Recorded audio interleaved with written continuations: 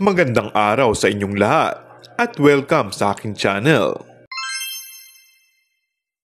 Coco Martin, posible na umanong aminin sa taong 2025 ang tungkol sa anak nila ni Julia Montes. Ito ay ayon sa naging hula ng netizen sa aktor ngayong bagong taon.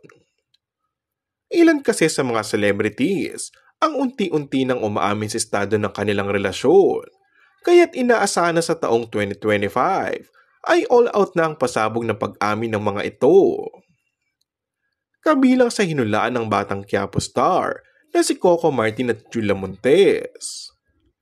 Bukod sa tiyak na uulanin pa na mas maraming blessing sa susunod na taon, ay ang posibleng tuluyan ng pag-amin ng aktor na may pamilya na siya at si Julia ang ina ng kanyang mga anak.